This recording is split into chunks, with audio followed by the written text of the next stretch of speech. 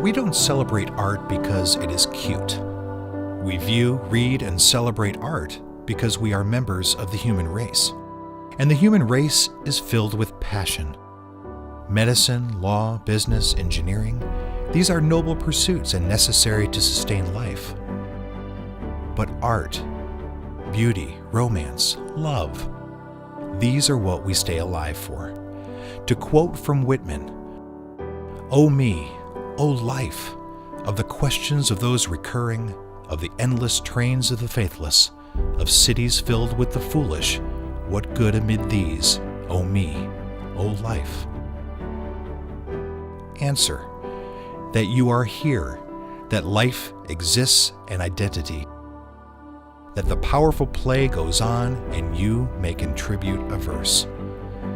That the powerful play goes on and you may contribute a verse. Art has been a part of Utah perhaps since the beginning of time.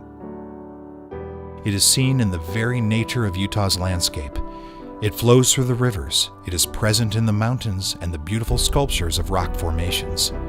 It is within that landscape that we find the first verse of Utah art. Carved into the rocks of southern Utah close to 1,000 years ago are the petroglyphs and pictographs left by the Native American cultures. Perhaps one of the most familiar images from that art is that of Kokopelli. Even today, his image adorns countless items such as t-shirts, ball caps, and keychains.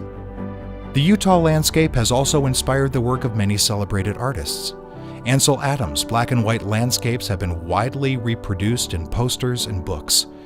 Bill Watterson, the brilliant artist and mind behind the enormously popular comic strip Calvin and Hobbes, based his alien landscapes for Calvin's alter ego, Spaceman Spiff, on the rock formations of southern Utah. Utah's contributions to art extend beyond the influence of the landscape. Indeed, one of the most significant mediums of modern art originated in Utah, the television. Philo Farnsworth was born in Beaver, Utah. By the age of 15, he had worked out the specifics of what he called an image dissector and what would later be known as the television. Through the medium of television, the world has been exposed to some of the most imaginative and creative displays of art. Beyond just the obvious art that is displayed through television programs, the TV has also been the medium to showcase the art of video games.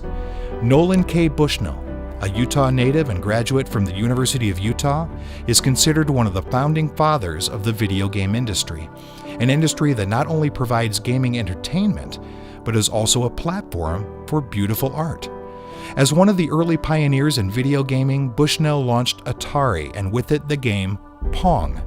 That simple 8-bit graphic game is the foundation of all the gaming we see today. As television and computer technology has improved, so has the means of creating art for these mediums. This is where another University of Utah graduate enters, Ed Catmull. Catmull is the current president of Pixar and Walt Disney Animation Studios, which in itself is a tremendous contribution to the world of art. Yet even before taking that position, it was his work as a computer scientist that may be his greatest contribution to art.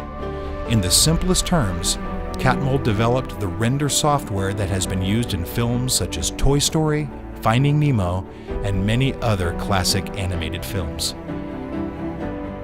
The celebration of Utah art certainly extends beyond these examples. Yet the influence Utah has had on art is global. And it is this influence that we continue to pursue and celebrate.